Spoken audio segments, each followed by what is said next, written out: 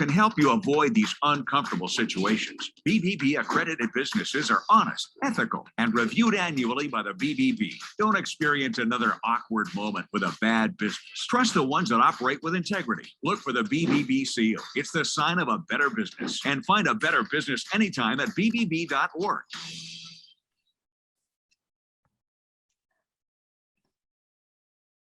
Well, good afternoon, everyone. Well, I think it's afternoon for almost everyone here, except for the folks on the West Coast. And we are just so excited over here at our Better Business Bureau with the huge participation in this huge topic on marketing and advertising in the unprecedented times that we are seeing now with everything going on. I am Brian Baca. I'm the president of Better Business Bureau serving Mexico and Southwest Colorado.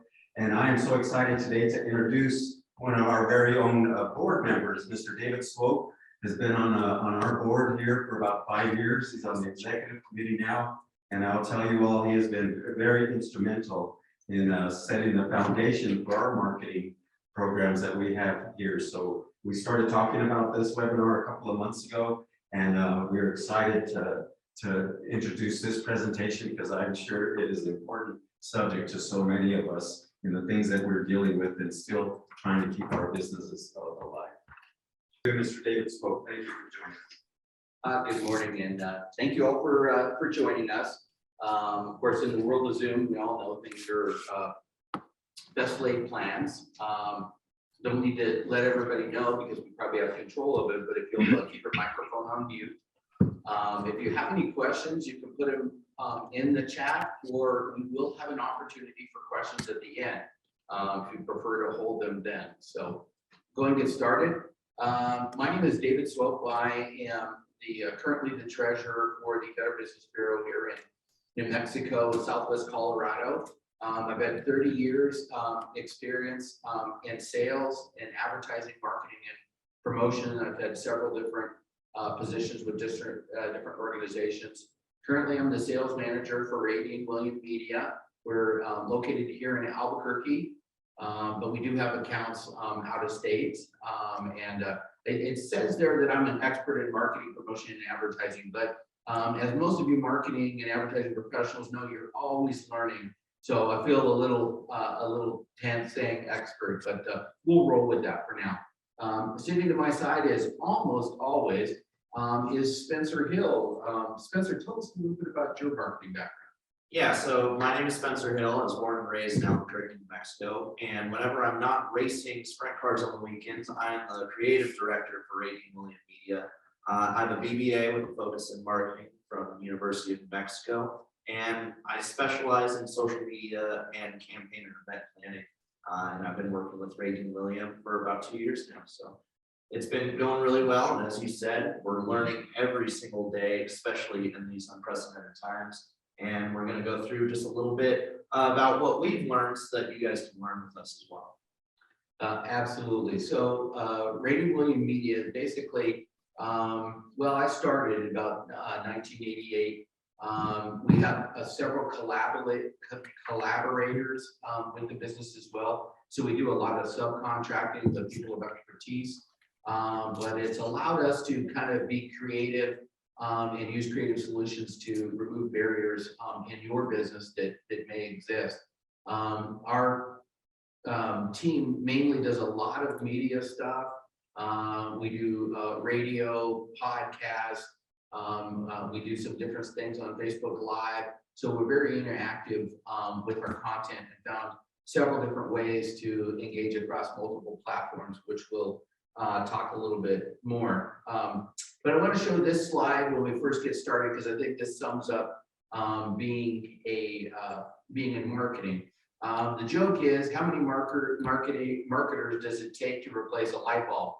Well, if you've ever been in a room full of marketing professionals, it's so much energy, full of creativity, so many ideas. A lot of times where you fall short is through somebody actually moving forward and getting it done. So kind of the inside joke is, before we can do anything, we need to decide about the font, we need to decide about the color and design. Are we going to create a new logo? So that pretty much sums up marketing. When you say that was reflected in, you're the most recent graduate of school probably on here, but I mean, how does that fit into your experience? No, absolutely. I mean, before you do anything, it takes a lot of planning and you're always second guessing yourself. And when it comes to anything marketing and advertising, and that's okay. I mean, that's one of the things that's good about it too, because you're able to plan these items out and look at the benefits of what each basically path you take might be beneficial to you. So although we are making light of it, it is very serious and we do take a lot of pride in that. Well, and as a former president of the Mexico chapter here of the American Marketing Association, I learned firsthand, because when we were planning events, now you got a whole bunch of marketers and planners that are all trying to plan an event. So they all have their different ways of doing it. So we had kind of taken a simplification strategy, almost more of a sports strategy of limiting the playbook so we could be more successful. Because sometimes in marketing and advertising, less is more. And so we're going to talk a little bit about that. But let's start the conversation really with what is marketing? Because a lot of people will misinterpret the difference between marketing and advertising. As we were joking, marketing is basically getting the actions and everything to come together and work together. It's exploring, creating, and delivering values needed to a target market. So some of that involves, what is your target market? Should you be looking at a new target market? Will it include advertising campaigns? Will it include trade shows? What's the design? What's the packaging? What's the price, the discounts, the warranties? How is the product placement? So you can see there's a bunch of questions that are around marketing. There's internal communication in marketing as well. Within your organization, there's a way that you market. Several of you are involved with the Better Business Bureau in one way or another. You notice how the Better Business Bureau has taken a lot of time and effort in designing the torch. How do you use the torch? How do you implement the torch? And so those things are all important. Once you've got that perfect logo, you want to make sure that it's being used correctly, the right size, right color, all of that. So that's one thing to be aware of. Also, marketing, you have to decide whether it's going to be a B2B or a B2C. That's business to business or business to commercial or to the client. So are you selling direct or are you selling to another business? A lot of market research goes into deciding all of that. So basically marketing, and you could jump in if I left something out too, is the process of identifying, anticipating, and satisfying customer needs and wants. I think you hit it right on the nail right there, Swope. And it all comes down to making a strategy too, because you need to plan out each of these moments in the marketing process to get to the final result that you're looking for too. And we'll go further in depth than that in just a moment. So if you consider what is advertising, that'll be the next question. Advertising is basically the implementation of your marketing strategy. It's to promote or sell, it's defined as to promote or sell a product, service, or an idea. A lot of times when people think about advertising, of course, they think about mass media. They think about, traditional advertising such as newspapers, magazines, television, radio, outdoor advertising, and direct mail. It's the actual presentation of the message in a medium that's referred to as advertising. So likewise, in the last 10, 15 years, social media has really come in to play a big part in this. And so how does that fit in? Because it's almost more closer to marketing than advertising necessarily is, because there is an organic and there is a paid component. Why don't you talk a little bit about kind of some of the strategies that we use to go from an organic to a paid media? Yeah, so organic and paid media, they work hand in hand. And everybody that has a business understands that for the most part. When it comes to organic media, we really like to do a lot of outreach with a lot of conversation back and forth with whoever our followers are, if it's on social media, whoever our target audience is as well. And to supplement that, sometimes you have to find those right people. And that's when paid media comes into play as well. And we're able to geo-target, we're able to do a lot of really personalized ads to hit that target audience. So perfect example of advertising and marketing is what we use to get you here today. Unprecedented, using the unprecedented in the terms. I think that we could start by looking at the word unprecedented. You can see, you know, on our slide there, different things relating to that. But unprecedented is really having no precedence. So when we kind of started got into COVID and stuff, that part of it was, there was a lot of talk about whether it was unprecedented or not. Well, actually, because we had the Spanish flu in 1912 or whatever, so there was kind of a precedent set. But what was unprecedented, I think, is kind of the amount of body shocks that we've continued to take through this. So some synonyms. This is totally a marketing thing. We look at synonyms, antonyms. We started thinking about words around it. Probably the one synonym that I think most relates to how it was being used in the media was unknown. We didn't know what was going to happen next. We had a pretty good idea because we knew how many people died in the Spanish flu, so we had a good feeling there. Antonyms, the opposite. So the opposite of knowing what's going to happen or not knowing is the familiar. And of course, that's what was happening, is we were all seeking the familiar to survive. So what we wanted to do is kind of take a look at, well, how did that impact businesses? How did that impact the marketing and advertising? So that's really the basis of what we're going to do today. So let's start by talking about, you know, the impact of COVID. When COVID first started, there was so much media around it. There was so many, you know, press conferences, and basically it became the conversation that we were all having. Masks, no masks. You remember, you know, I mean, so many different states had different rules. You had to know when you were going from one state to another. Our clients were affected by, they had to redo their business hours. How many employees or customers could they have in a retail business? The same thing was happening. We all, you know, learned how to work from home. Some of the people decided not to come back. That was an impact of the situation. Touchless, delivery, curbside, all of these new ways to play. You could order and pay on an app. You could order through a website. And those were all adaptations that all involved marketing. Absolutely. And when it comes to COVID, we're going to see the impact of this for a very long time, David. It's really easy to see when you go outside and you try to get something for lunch, right? How many places have Right now, I'm listening to a webinar. And Then I'm going to call in groceries. And I think we're going to see these impacts for a very long time. Is it a bad thing? Is it a good thing? I mean, there's certain people that might say each way, but at the end of the day, you have to pivot and you have to work with that impact and try to go along with it instead of going against the grain. Well, and I think pivot is a perfect word for the situation and some of the other things that we're going to run through. So COVID-19 had its own impact, but then the subsequent impacts, supply line disruptions. And really that's what this is there's a tremendous amount of uncertainty. There's a tremendous amount of disruption that had changed the way we did things. As a marketer in advertising, I see that as opportunity.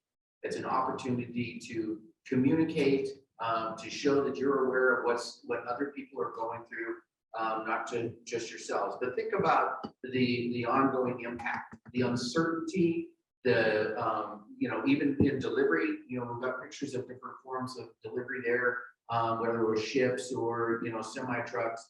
The situation on drivers, what is the impact that we're doing with drivers? Out of stock items, replacement items.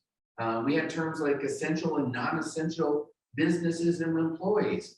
The Great Resignation came out of this. So what was going on? There's a lot of, disruption, and businesses and markets, the stock market's a perfect example, do not like uncertainty and do not like disruptions. All you got to do is have a press conference and all of a sudden it can affect the stock markets. I mean, look what happened with Twitter, and Elon Musk is going to buy Twitter, right? So all of these impacts that we don't even see coming. Yeah, and when it comes to the supply line, now a lot of people have had to change the way that they operate too. A lot of things were so templated out. Now you're forced to look and see, how can I get the materials needed to keep my business running?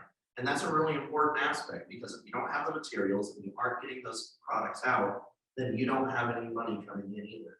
So you're forced to basically adjust the way that you're doing business And again, that's something that we're gonna see for a very long time here. The supply line, it's gonna take a few years to get back to where it was, if it even gets back to where it was. And we'll have a little more on that in just a few. So I think that that shows you just how the economy is, how fragile it could potentially be, and what we learned. Perfect example is now, there's a war going on in Ukraine as well, and what's the impact on that? Being able to send supplies, over to help them.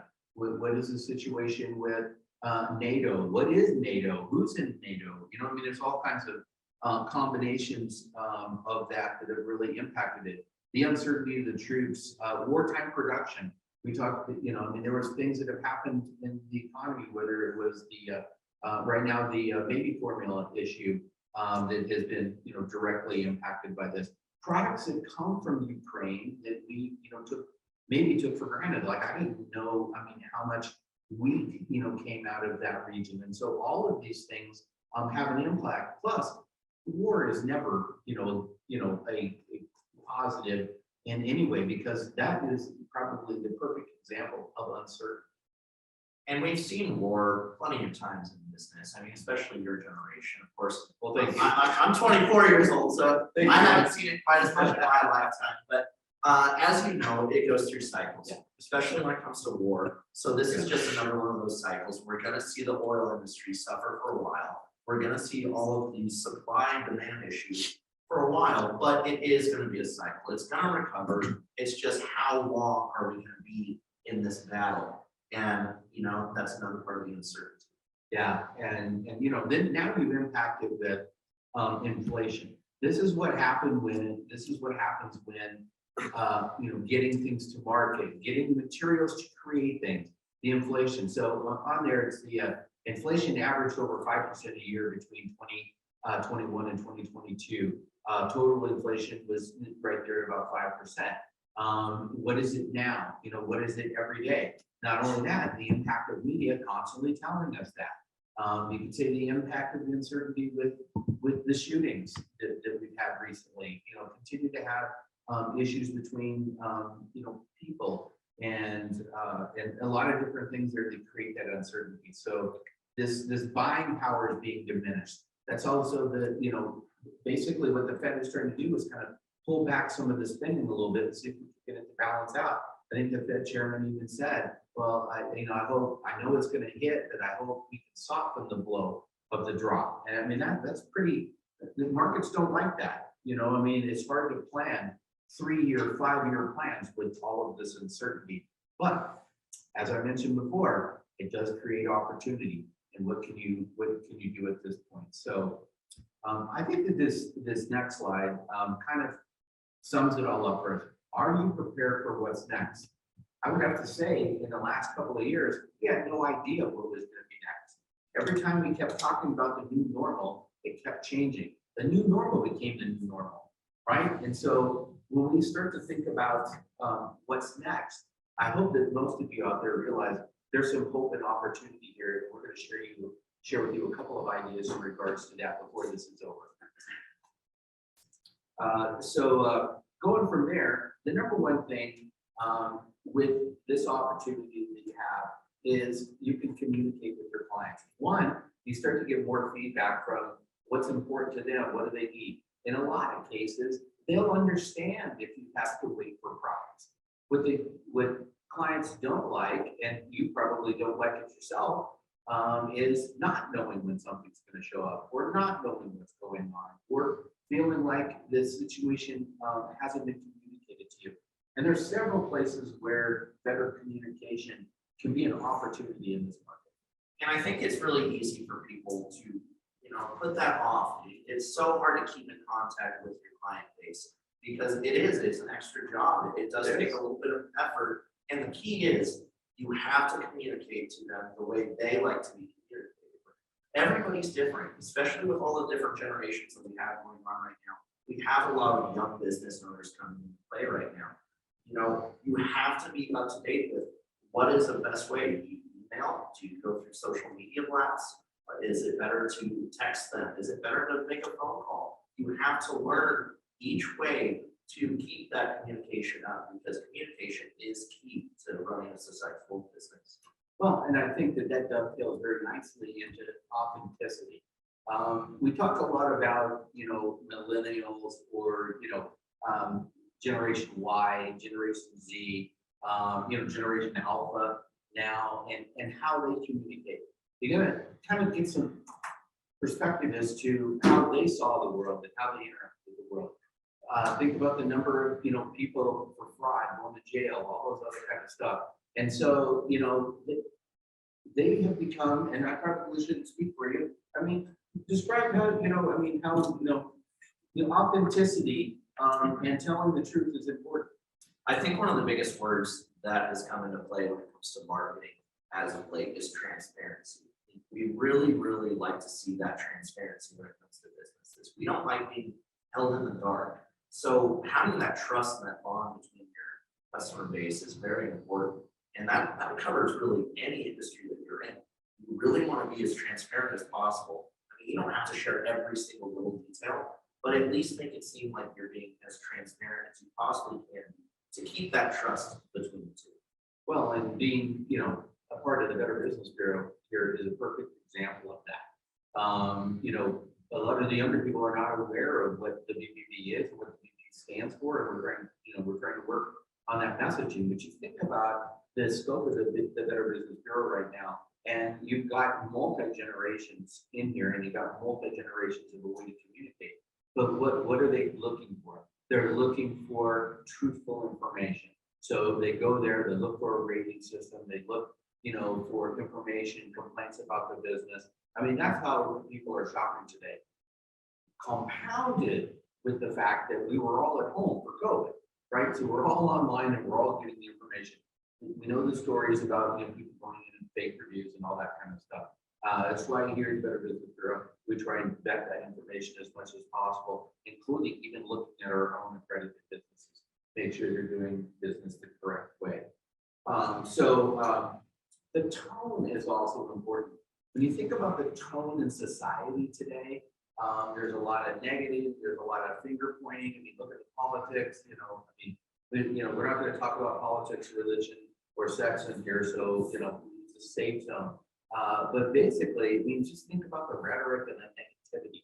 I mean, that's why, things move so quickly. It's like immediately, if you see something you don't like, get off it and go into another subject matter. Social media is a great place for that. It really is. And like I said, transparency has come into play in a major way in the last few years, but so is the way that we talk to people. It's more important than ever to make it a conversation. You want to have it come back and forth from one person to another. Nobody likes being told to do something.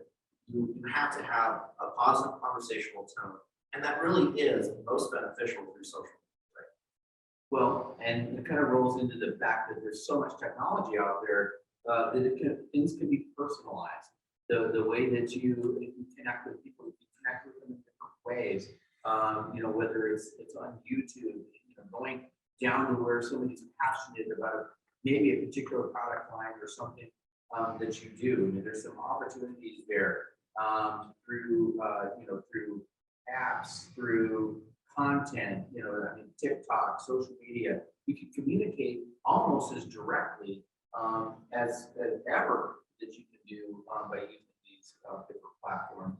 And again, David, it's important to realize that different generations are going to handle this completely in different styles. Of course, you have the younger generation where it's still very easy to reach them with social media. But a lot of the older generation, whether it's a business owner or not, are getting frustrated with social media. They're starting to sway away from that as well. So some of the traditional forms of advertising and marketing are coming back right now.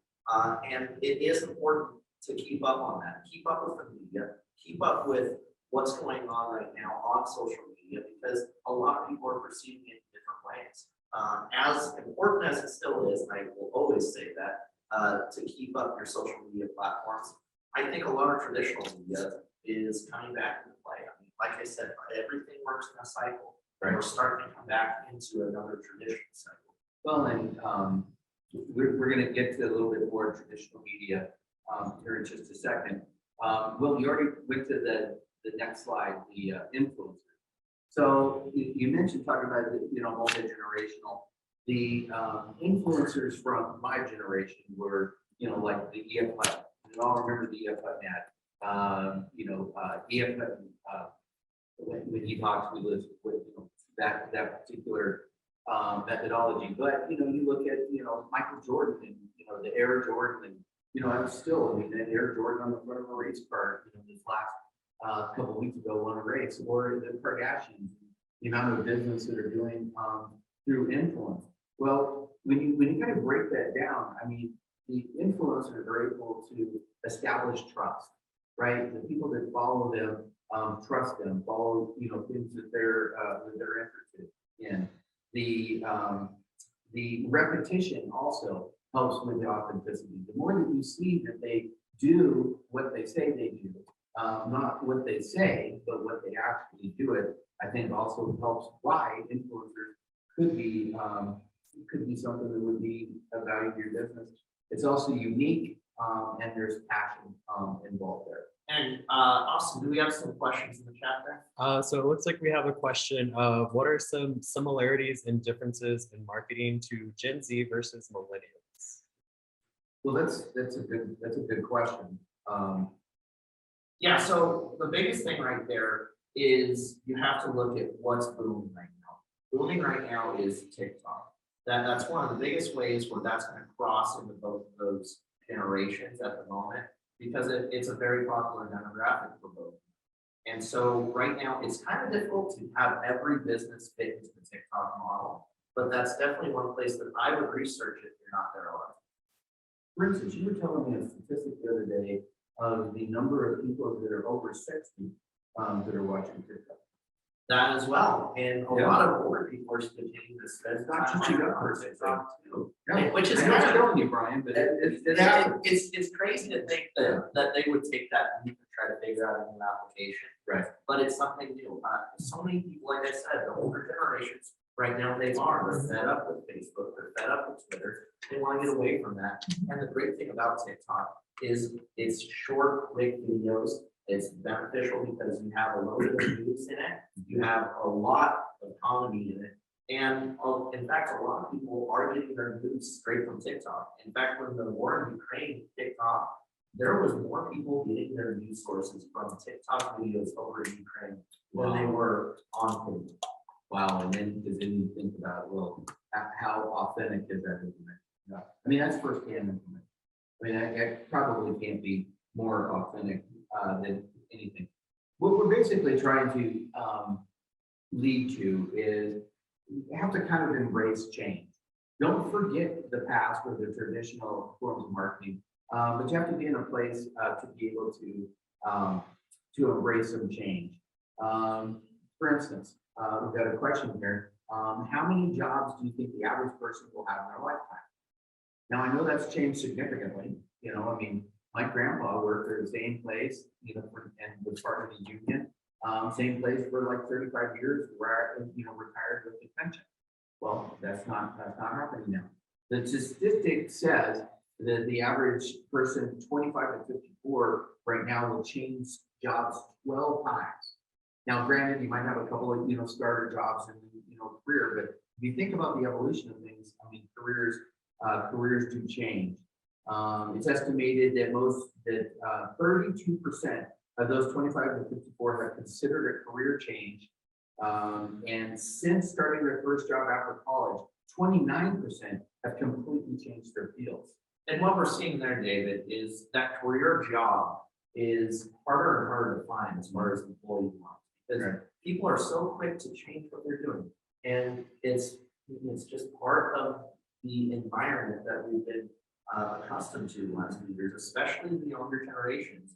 If they're unhappy at a workplace, they don't wait it out. They don't see that light at the end of the tunnel as much as before. They're able to just pivot and change, and traveling is so much easier now as well. And it's difficult to keep that lifetime employee. So with that understanding, you really have to take a look at your business model and see, are we doing the best that we possibly can to keep employees in our business as long as possible?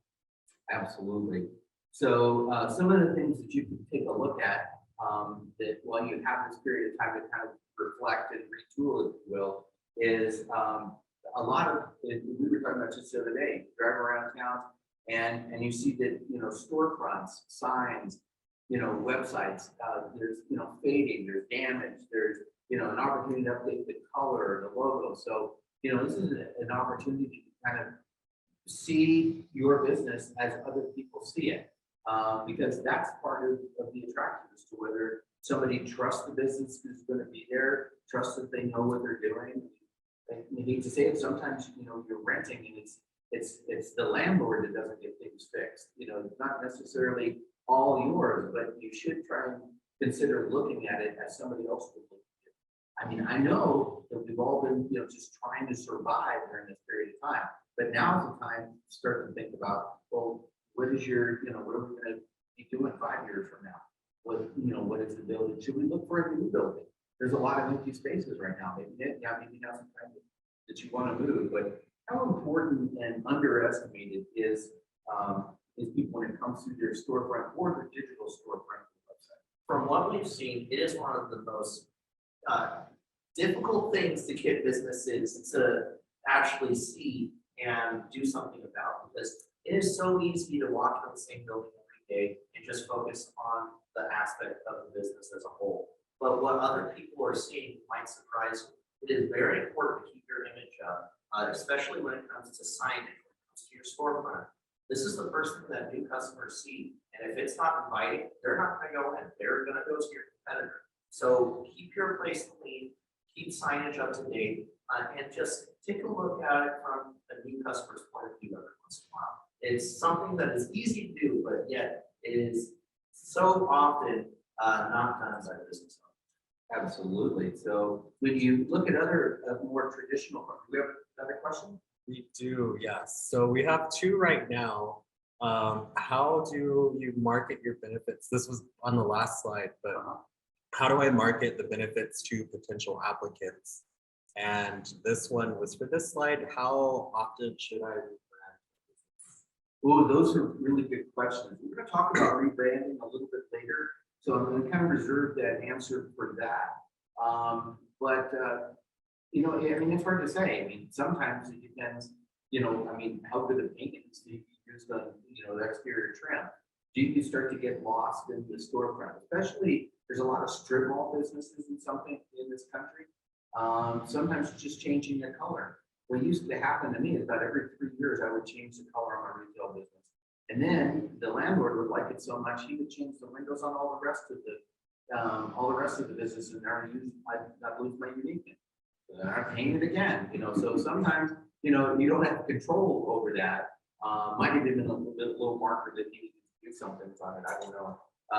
You know, I mean, I think, you know, the average eye can figure that. But we will come back to that rebranding conversation. So let's talk a little bit about what most people consider traditional media, which is TV. In today's market, we also have cable, a lot more cable and streaming.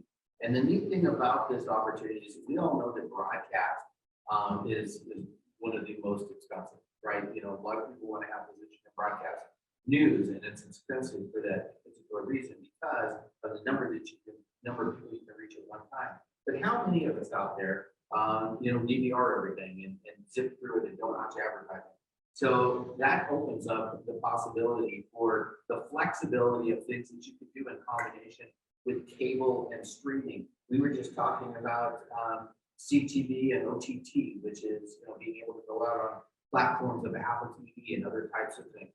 So there are other ways now for less expensive methods that you can actually really drill down to your target market. And so TV is still an opportunity. And, you know, a lot of the costs that people talk about was the cost of production. Cost of production has not changed a lot recently in producing TV.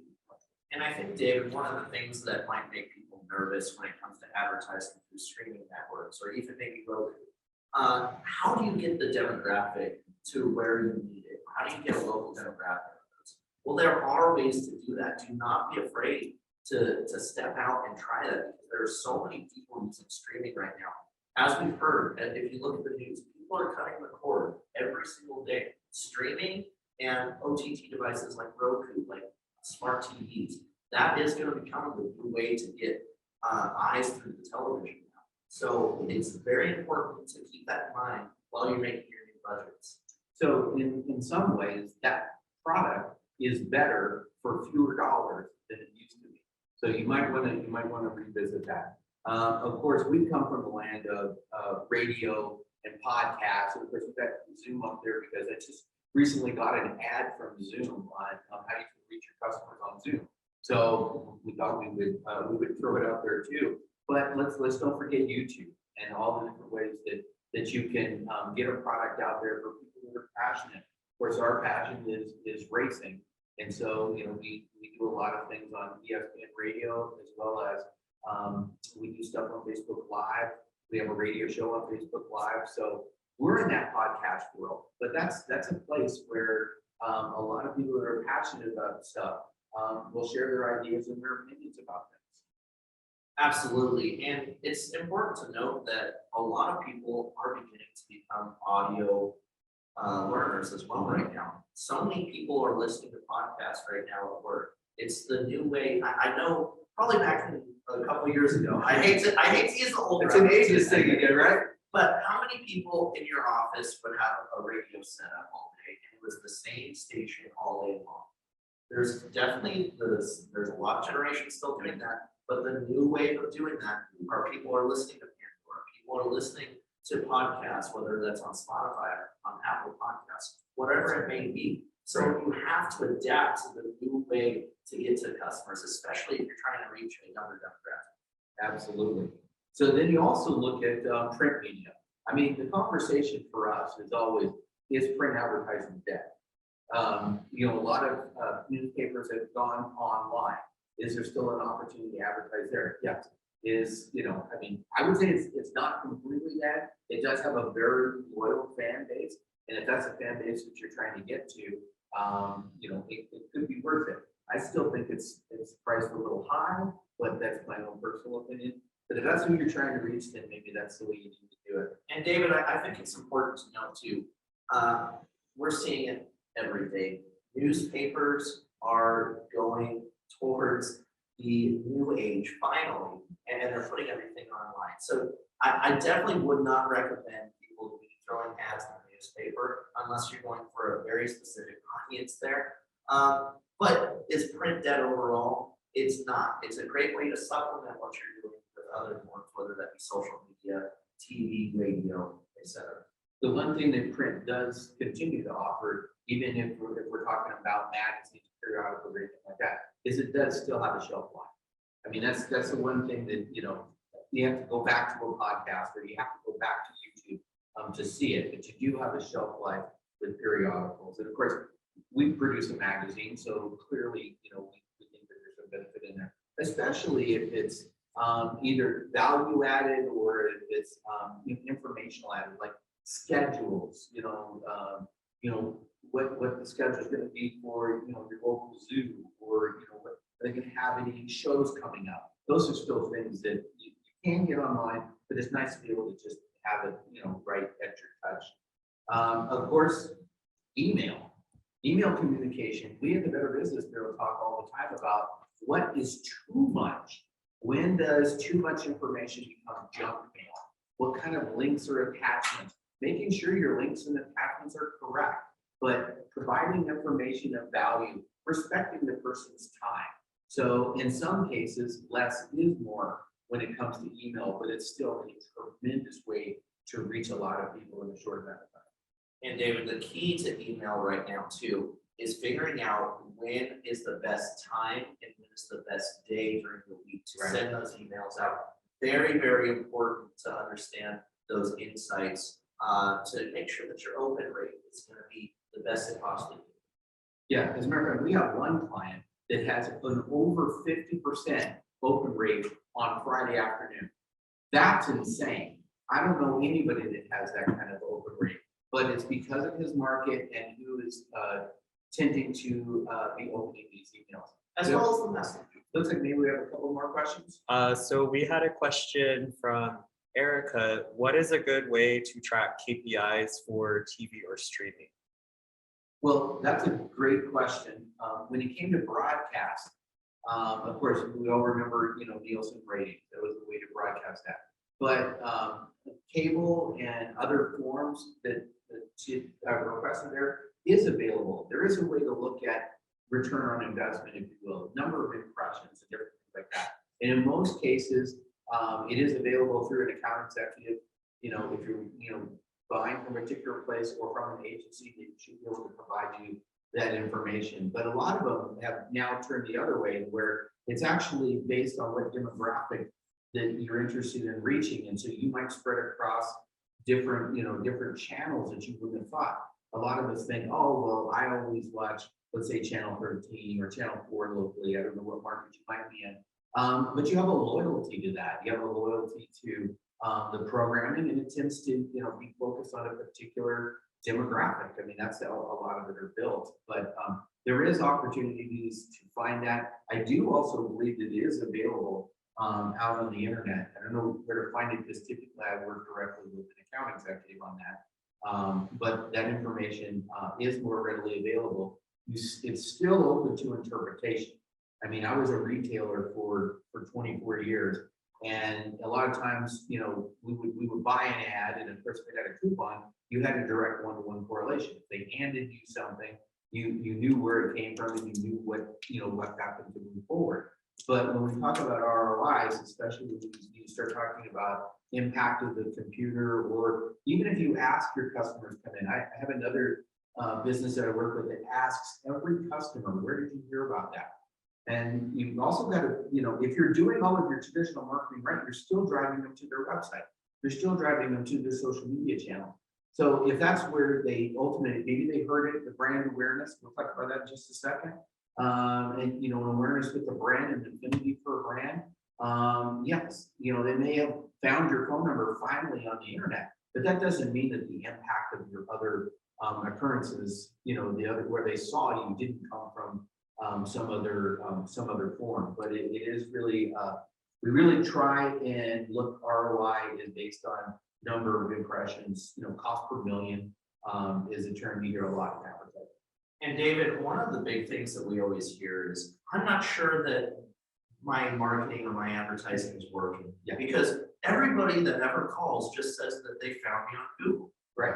Well, I get why they're frustrated about that, because that's usually the last step that people take. Right. That does not mean that your current campaigns are not working. In fact, that's pretty much a good sign of great health that your campaigns are working, because they are already pointed to your website, to your social media platform. So even though people are saying that they're just looking you up on Google, do not be too afraid to go in and make sure that your campaign is in fact working. Well, each one of you can ask yourself, when you went to Google and you Googled something, did you tend to click on the ads that popped up first? Because of the business I'm in, I always ignore the ads. I mean, I just want to give everybody else a chance. So you look down at the content. If you have an affinity because you recognize a name, that's going to come from traditional marketing, to where you had a recognition of that. Looking for websites, looking for what the content looks like, because the more content you generate, we live in a content generation world, which is what social media is all about. So we promised you that we would leave you some information that you could use today when we talk about branding.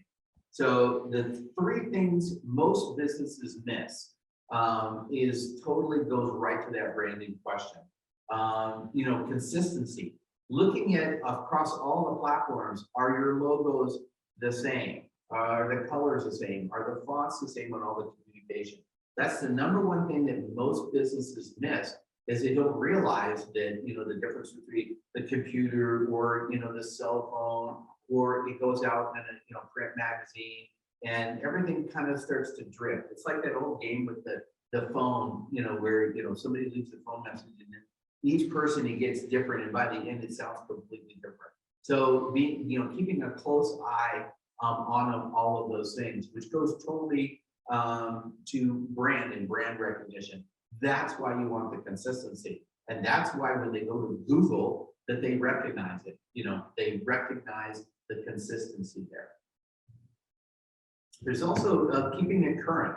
It's amazing how many websites you go to, and their hours are incorrect. They still got the hours from COVID. Who's changing that? Who's keeping track of that? It's one of the most missed business opportunities for a business is not keeping their information up, or better yet, making sure a bot didn't go in and change a phone number. We had a client that we kept having just randomly, all of a sudden, Google Maps or something would change the phone number.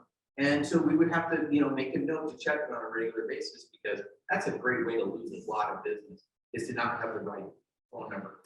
It is, and when it comes to keeping current, that doesn't mean making a complete brand change. You want to keep your brand consistent. Right now, what we've been seeing lately is the best time to do a complete brand change is every 5 to 7 years. Yes. Because you want people to see your logo, to see your brand, and immediately know what that is. But you can't be stale either. It's very much so a balance. It very much is. I mean, the Better Business Bureau is a perfect example. I mean, it has evolved as well. And, you have a lot of people from different industries that bring thought into it. But you have things like Coca-Cola. Coca-Cola is roughly the same, brand, logo and stuff, but it has evolved and slightly changed over time as well. The other thing that most businesses miss is not having clear communication with their employees. Now, why did I put that in there? I mean, we're talking about marketing, right? Well, the number one marketing you have for your business is that frontline employee, or basically any employee. And if you're unclear about the information within the business, the employee is going to be unclear. And at some points, they lose a little bit of confidence in being able to communicate that information. So clear communication is something that should be involved in your marketing. It should be easily understood by any person at any level within your business. And, and that can be very difficult.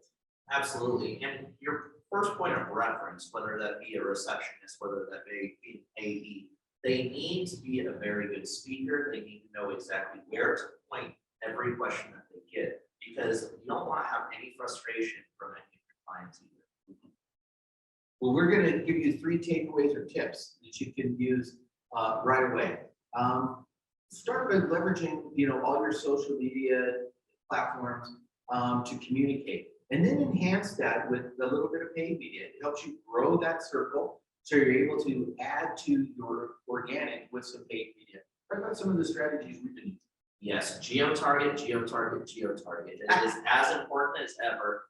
Find your specific demographic, get as nitty-gritty as you possibly can, and you have to make sure that every penny that you spend is going towards getting into the hands of that individual. Yeah, and we've been talking for a while about everyone like, oh, social media is so cheap, and it's so, I can throw $10 on Facebook. Well, it doesn't work quite that well because Facebook is smart now. They know what's going on, and they give benefits to wholesalers, or they give benefits to large buyers. And, so they're changing the analogs all of the time.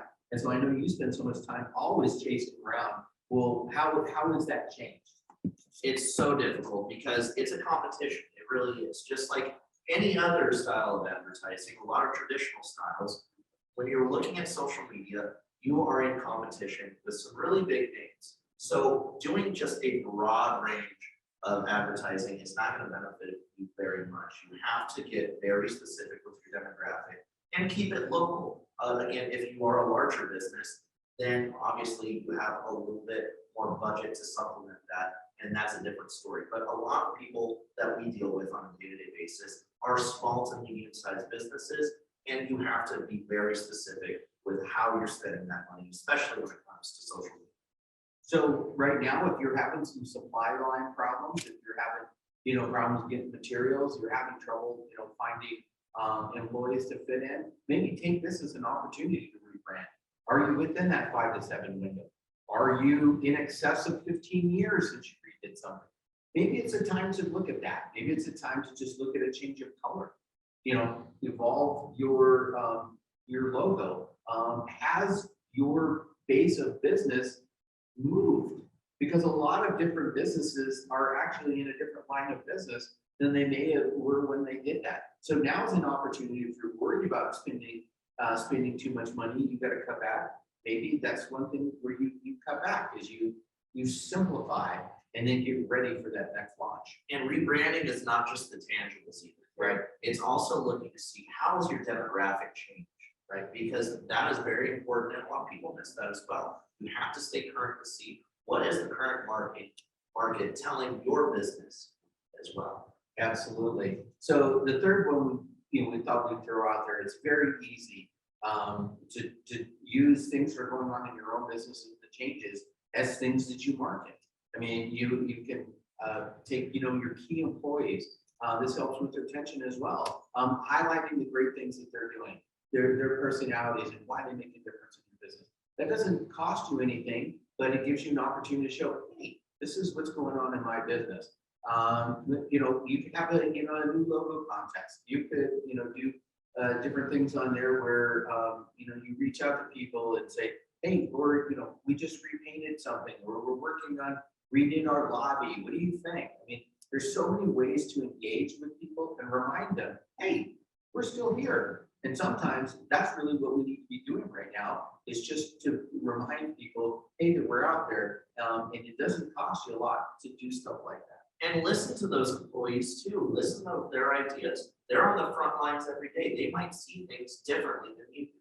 And that's a good way to see exactly and assess how is your business doing on the front lines there. And I'm going to throw one bonus in here that I thought of.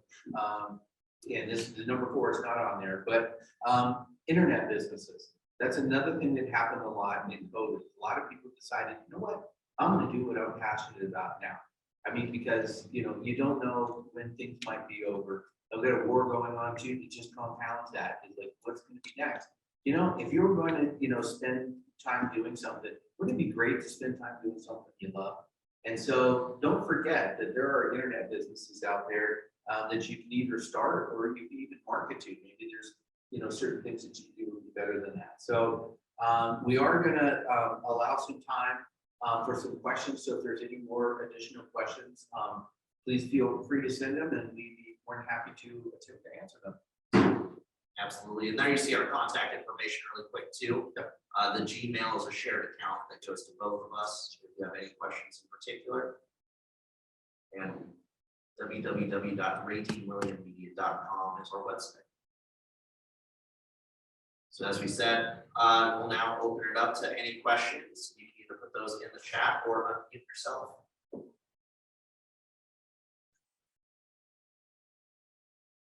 And Austin, was there any questions in the chat that we missed? It doesn't look like we've missed any, but feel Yeah, free hi, to gentlemen. questions in chat or unmute yourself. We'll be here for a little bit longer. Yeah, hi, gentlemen. This is Rona. I'm sorry, I jumped on a little late, but I got my times mixed up.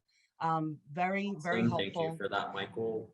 We do hope to have a webinar next month. We are still working on the content for it, but we definitely hope to see you guys next month for another webinar. Yes, thank you very much for those of you that stayed with us for this very awesome presentation. It was just so delightful, and you went through the scenarios, the crises, the tragedies that we've all seen as Americans this last 2.5 years, and highlighted those very well. But what I loved about it is that you had the 2 words was hope and opportunity, that you had solutions to it, and I love the way that you were able to tag team with a millennial and an older person, and then even an older person. I was reminded of some of these. I still read a newspaper every morning when I wake up.